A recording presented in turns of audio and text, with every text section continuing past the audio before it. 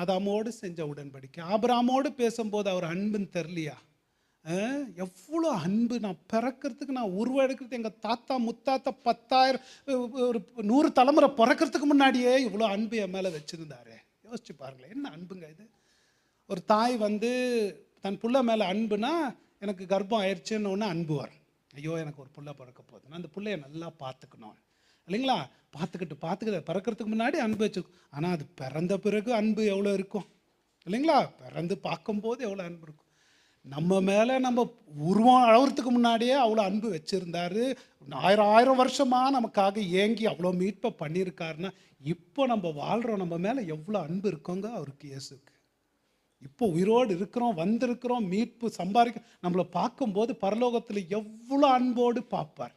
எத்தனை 1000 வருஷம் ஏங்கி உனக்காக மீட்பை சம்பாரித்து நான் வச்சிருக்கிறேன். அவர் அன்பு தெரியுதா?